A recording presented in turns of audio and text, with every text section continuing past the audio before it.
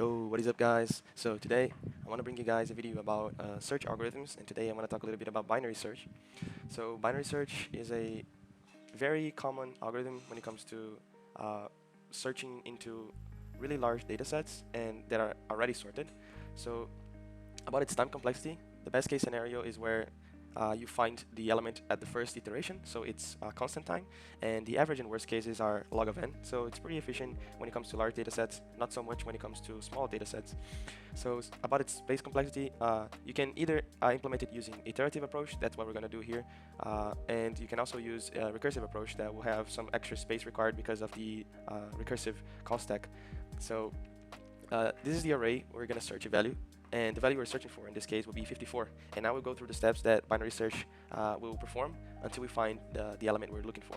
So these are the main steps. So we're going to define the lowest and highest index of the given array. And after that, we're going to use that information to find the middle index of the array. That will be the lowest index plus the highest index divided by 2. So we're searching for the mean. And in this case, we're going to check if the middle index is the one we're searching for. If it is, we're just going to return the index. If not, we're going to compare the value that we've just found if it is smaller or greater than the searched element. If the value we found is smaller, we do a binary search on the upper half, because as the array is already sorted, we know that all greater values are on the upper half. And if it's greater, we'll do a binary search on the lower half, because of the same logic. All elements to the left are going to be smaller than the element we just found. So let's go through an example here to find the value 54. So we start with the whole array. We define that the lowest index starts at 0, and the biggest index is the last index of the array. In this case, it's 9. And the middle index in this case will be 0 plus 9 over 2. This will give us 4.5, and as this will go through a floor function, this will get rounded down to the lowest integer, so this will return 4, and 4 is represented here by the number 6 on this array. And then we're going to check if number 6 is equal to the value we're searching for, in this case 54, and the answer is not. So we compare it if it is smaller or greater than 54. In this case, 6 is smaller than 54, right? So therefore, the value we're looking for is on the upper half of the array, and then we're going to search on the upper half. Now we just have to update the lowest value, because we know that the value we're searching for is on the upper half, so the lowest value will be the last mid index plus 1. So this will return 4 plus 1 is equal to 5, and the biggest index keeps unchanged, so it's 9. And then we recalculate the middle index. This will be 5 plus 9 over 2. This is 14 over 2. This is equal to 4, to 7. Sorry, this is equal to 7. So the middle index here is represented by number 23. So is number 23 equal to 54? No, it's not. And is it smaller or greater? It is smaller. So we'll keep searching on the upper half. And here we find we have to recalculate the new lowest index, the biggest index. And the lowest index now is going to be mid plus 1. This is equal to 8. The biggest index keeps unchanged. And then 8 plus 9 over 2. This is equal to 17 over 2. That is 8.5, rounded down to 8. So our lowest value and our mid value coincide to be in the same index in this case. And therefore, we have to compare this middle value with the value we're searching for. So is 54 equal to 54? Yes, this is the value we're looking for. Therefore, we return the index of the elements we're looking for. So we have 54 at index number 8. And that's basically it. There can be different implementations of binary search, but the basics, this is how the basics is implemented, and this is how we're going to implement in our code. So we're going to use the iterative approach and perform these steps until we find the number, and we're going to use this same array we've used here in the example to compare the steps that the code implementation will execute. So let's move on to the code implementation of binary search. So let's hop onto the file here. I've created a file called binary search. Let's first start by including stdio.h and also defining a macro so we can calculate the number of elements in the given array. And this will be the size of the array in bytes divided by the size of the first element of the array in bytes. This will return the number of elements in the given array. And let's create our main function here. Return 0 if everything goes as expected. Let's first define our array to be the same as the given that used in the example. So this is minus 5, 0, 1, 2, 3, I guess. 0, 1, 2, 6, 6, 8, 12, 8, 12, 23, 54, and 89. So this is the same array we're using in our slides example here. And in here, let's create a variable called value that will hold the value we're looking for. This is 54. And in here, let's start off by printing the array. So let's create a function called print array. I receive the array and the number of elements in the given array, and test this function out. So let's check here the void print array, This will receive an array of integers and the size of the array. And we'll start off by printing an opening bracket and creating a for loop that starts at I equals 0, and I will have to be less than size minus 1. I want to print the last element in a separate line. And down here, I want to print the value in a specific format. So %d, comma, space, and in here, I want to print the array of the given index I. And at a separate line, I want to print the last element with a closing bracket, so closing bracket and a break line. And in here, I want to print the array of size minus 1. So let's first test out this function and first create the function declaration for it. So let's paste it here and fix this. And I guess everything is fine. We can compile it. So GCC, binary search, and let's execute it.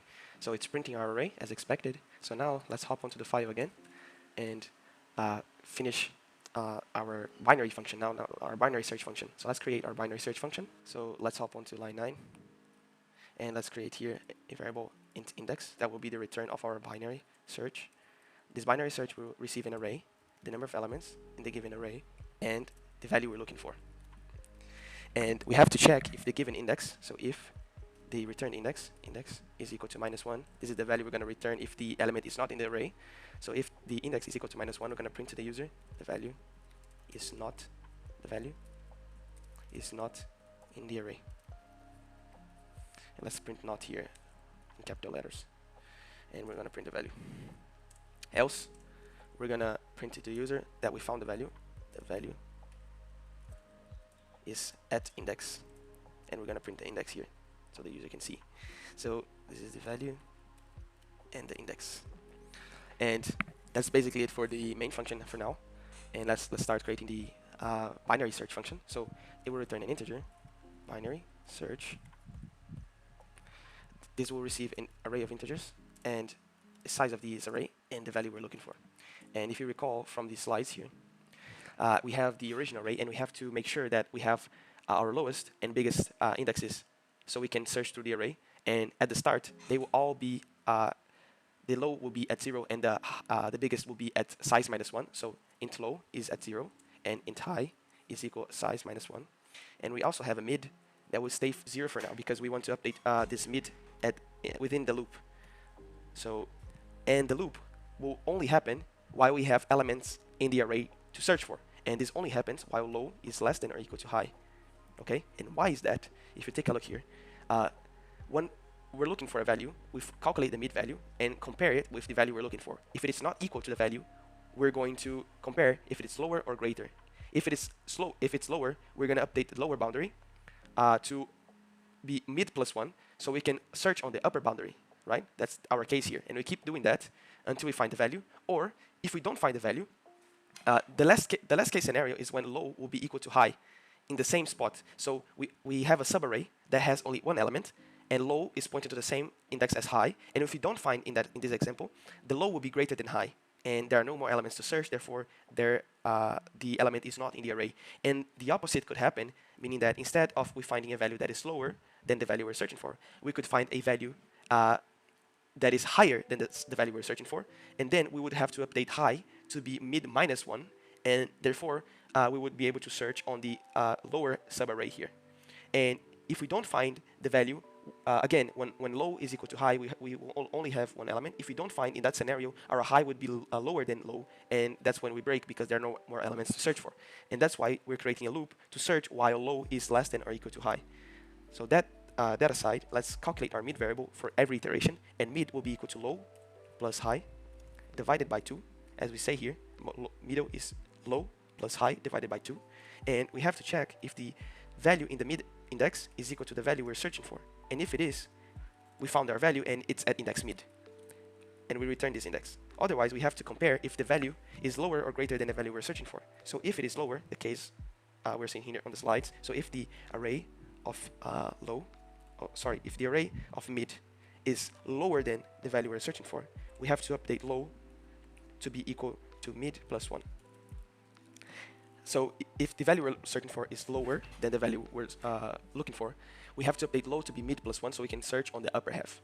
And the other case is when array of mid is greater than the value we're looking for, meaning that we found a value that is greater than the value we're looking for, we have to update high to be equal to mid minus 1. And this will ensure that we'll be able to search on the lower half of the given array. And if we break out of the loop, we didn't find the element, and then we just return -1, and the user will know that we didn't find the element. And this is all we have to do. Now we create the function declaration here. For j paste, and let's fix it here. And I guess we're pretty much good to go. Let's clear this, and let's recompile this and run it. And as you can see here, this is the original array from our example, and return the value 54 is at index number 8, and it is the same result we achieved looking through the slides here. So we performed all the binary search until we find that 54 is at index 8, right? So let's now create, so the algorithm is working. This is all you have to understand. If you understood until here, you're good to go. But now, what I want to do is create helper functions so we can see through each step of the algorithm and see if we're going through the same values that we've gone through here in these slides. So we have to check if mid is equal to 6, and then if the other mid will be equal to 23, and then the last mid will be equal to 54. That is the value we found. And then we're going to test into different arrays as well. So let's now hop onto the file again, and back into the file. And now let's create additional printing functions that will help us to iterate through each step of the algorithm and see if it's doing the exact same thing we're doing on the slides. So in order for us to do that, I want to create a helper function that will be search and print. This will be the name of the function. And let's go to line 10 here. And let's copy all of this and put it inside the function so we can avoid polluting the main function here. So let's create a function called search and print. And this will receive the array we want to search on, the size of the array, and the size will be the number of elements in the given array, so like this. And we also want to pass the value we're looking for, so this is the value. And let's create this function over here. So search and print. This will receive a array of integers, the size of the array, and the value we're looking for. And in here we can paste here. And we have to update this because we don't have to calculate this, the size of the array using number of elements of the given array, because this pointer will get this array will get decayed to a pointer when we pass it as an argument, and we have the size here. That's why we're passing the size here. So this, instead of being number of elements of array, this can be simply size. And the same thing applies to this guy here. So this is size, and let's just add a parenthesis here. Let's also create the function declaration for this. GG. Space it here. Save here. So type specify missing defaults to int. Oh yeah, and this function is a void, right? Because it doesn't return anything. And this is a void function, and this is also a void function. Okay. So now we have all the tools, so we can use this function as a blueprint and keep testing things out. So let's first test out the same steps we've tested before, and I want to do this. After I print the array, I want to print a new line so we can visualize things a little bit better. And after we print the, okay, we're gonna print the array, and then we're gonna search the index, and we're gonna after we go through all the steps, I want to also print a new line here so we can visualize things a little bit better.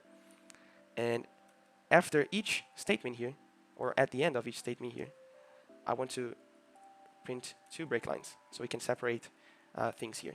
Okay, so we're good in terms of formatting. And here I want to search for a different value. So instead of using this variable called value here, let's directly pass the values we want to search here. So I want to search here the value 54 as we did before, and in here I want to search the value -5, and down here I want to search the value 89. So we got all the edge cases, and let's also search for the value number 2. The value number 2, and test it to see how it performs. And let me add, before we do that, a value that is not in the current array. So let's search for the value 9. So 9 is not in the current array. So let's clear it, compile it, and run it. Where is it? Compile and run it. And let's go to the beginning of the file and go through each step. So first, we're looking for the value. We're looking for the value 54, and we've gone through this. It's at index 8 as expected. Now next we're looking at the value minus 5. So the value minus 5 here is at index 0. So we've gone through all the steps and we find it here. So the value minus 5 is at index 0. So we found value minus 5. Next one, we're looking for the value 89. And as you can see here, 89 is at index 9. So it's working on the boundaries of the array, so the first and last indexes. And let's check for number 2. So the value number 2 is at index number 3. So 0, 1, 2, 3. It's correct again. And last but not least, we're searching for the value number 9 that is not in the array. So that's why it says here the value 9 is not in the array. You can check it for yourself. You can pause the video and check for yourself each of these steps, and you can perform it by hand, searching this value, searching the value we're looking for in your own algorithm, doing it by hand and comparing with the steps that the code is performing here. But as we've seen before with the first one, comparing with the slides, it is performing the correct steps until we find the values we want. So I guess this is a pretty good amount of testing on this function. This is basically binary search. It's not that complex.